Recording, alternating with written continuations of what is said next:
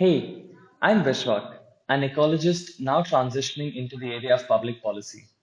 In this video, I ask the question, is change always development? And attempt to address it through the lens of my opinions as they stand today. We often think of development in our own terms. Better roads, better healthcare, better drinking water and sanitation, jobs, time for leisure, recreation, and many other abstract terms. We see human suffering around us, but are unsure of how, as a society, we can address many of these problems.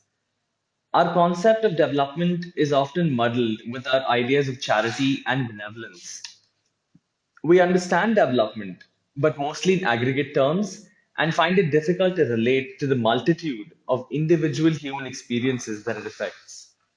I offer here that development should, in a sense, be a pursuit where we place human needs at the center of the conversation, but are bounded by what the planet can sustain. Development, then, within this context, should remain the creation of an enabling environment where every individual can equitably gain access to the resources that they require to fulfill ambitions.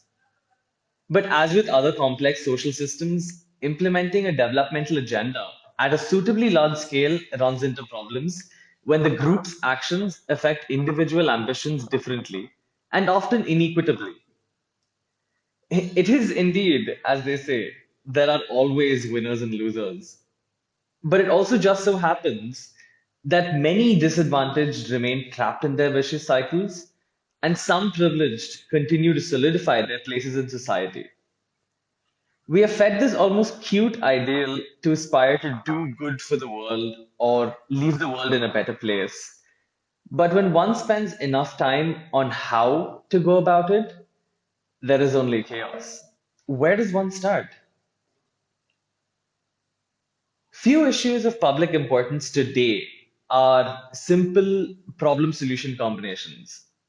Networks of causal factors interlinked with each other and varying across space and time mean that even scientific modeling studies, they cannot represent the world fully. We make these oversimplifying assumptions to better explain certain observations, make claims based on these assumptions, and then design objectives based on such claims. For instance, economics assumes that Homo economicus is a selfish entity that has transitive preferences and acts always to maximize individual welfare, regardless of the expense to our group. Our large scale planning does not consider the individual as capable of altruism, let alone the group. But very often we are fundamentally not the rational beings that decision makers, such as economists, may factor into these models. In our own lives, we may be able to identify certain contradictory and possibly hypocritical actions as well, or viewpoints that we maintain. We stand for uprightness and a corruption free society. But when the choice is between undergoing the hardship ourselves or engaging in, say, bribing someone, most of us don't want to be troubled or harassed. We turn a blind eye to our own transgressions, but expect the aggregate behavior of society to aspire to an unattainable ideal. When we understand our flaws, we tend to better plan for them. Understanding then the idiosyncrasies with the ways in which we organize both our private and our public lives already helps us course correct and better understand the world and how to go about fulfilling different ambitions. But does this then mean that it is beyond the capacities of our individual imaginations to even begin to inquire about the world around us? Possibly not. Because doing something halfway is better than not doing it at all. One less customer to a polluting business is one less polluter on the planet. 100 fewer unemployed people is better than not being able to give jobs to everyone.